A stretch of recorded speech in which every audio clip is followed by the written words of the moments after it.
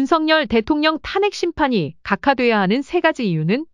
헌법재판소가 윤석열 대통령 탄핵 심판을 각하할 수밖에 없는 절차적 사유들을 법리적 근거와 함께 설명드리겠습니다.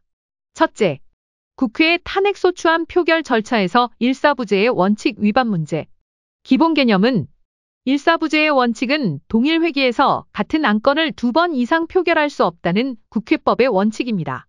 이는 국회의 의사결정의 안정성과 일관성을 보장하기 위한 제도입니다. 이번 탄핵소추 절차에서의 문제 제기는 윤석열 대통령 탄핵소추 과정에서 첫 번째 표결 직후 수정안이 다시 상정되고 표결된 사례가 있었기 때문에 이는 일사부재의 원칙 위반 소지가 있습니다.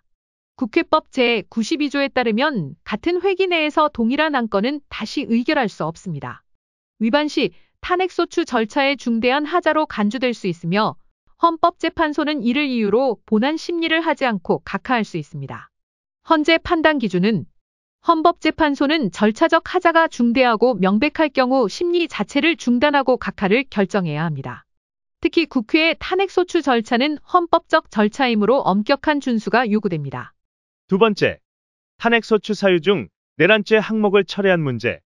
기본 개념은 헌법재판소의 탄핵 심판은 국회가 의결한 탄핵소추안에 적시된 사유만을 심리할 수 있습니다. 국회의 탄핵소추안은 공소장에 준하는 기능을 하므로 탄핵 심판 과정에서 소추 사유를 삭제하는 것은 원칙적으로 불가능합니다. 이번 사건에서의 문제 제기는 국회는 탄핵소추안에서 내란죄를 포함시켰으나 헌재 심판 과정에서 이를 제외시켰기 때문에 이는 소추안 변경으로 해석될 수 있으며 헌법재판소 심판의 심판 대상 불특정성을 초래하고 절차상 하자로 이어질 수 있습니다. 결국 헌법재판소는 절차적 요건 불비를 근거로 심판을 각하할 수 있습니다. 관련 법리는 헌재의 탄핵 심판은 형사소송과 달리 탄핵소추안의 사유를 명확하게 특정해야 하며 국회의 정치적 책임과도 연결됩니다. 사유의 변경은 탄핵소추의 본질을 흔들 수 있기 때문에 헌재는 이를 엄격하게 제한해야 합니다. 셋째, 형사재판과 탄핵심판의 증거 채택 문제와 무죄 추정 원칙. 기본 개념은 형사재판에서는 무죄 추정 원칙이 철저히 적용됩니다. 탄핵심판은 정치적 책임과 법적 책임이 결합된 절차지만 사실 인정을 위해서는 증거의 신빙성 검토가 필수적입니다.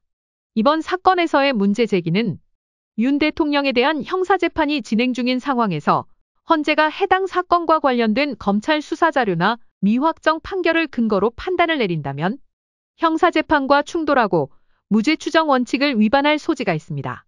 법리적 논점은 헌법재판소법과 형사소송법은 별개의 절차이지만 헌재가 형사사건과 직접 관련된 미확정 자료로 파면 결정을 내리는 것은 법적 안정성과 공정성을 해칠 우려가 있으며 심리 절차의 적정성을 침해할 수 있습니다.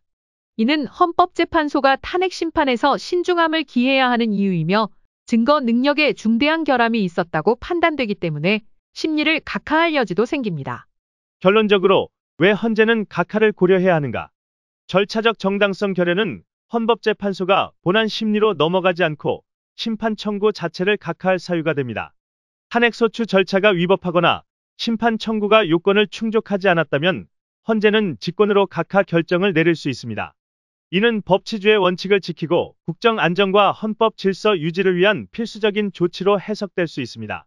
일사부재의 원칙 위반, 내란죄 소추 사유 철회, 헌재가 형사재판의 증거 채택. 이 세 가지 사유는 모두 헌재가 탄핵 심판을 각하할 수 있는 절차적 하자의 근거가 될 수 있습니다. 끝까지 시청해주셔서 감사합니다. 구독과 좋아요는 저희에게 큰 힘이 됩니다.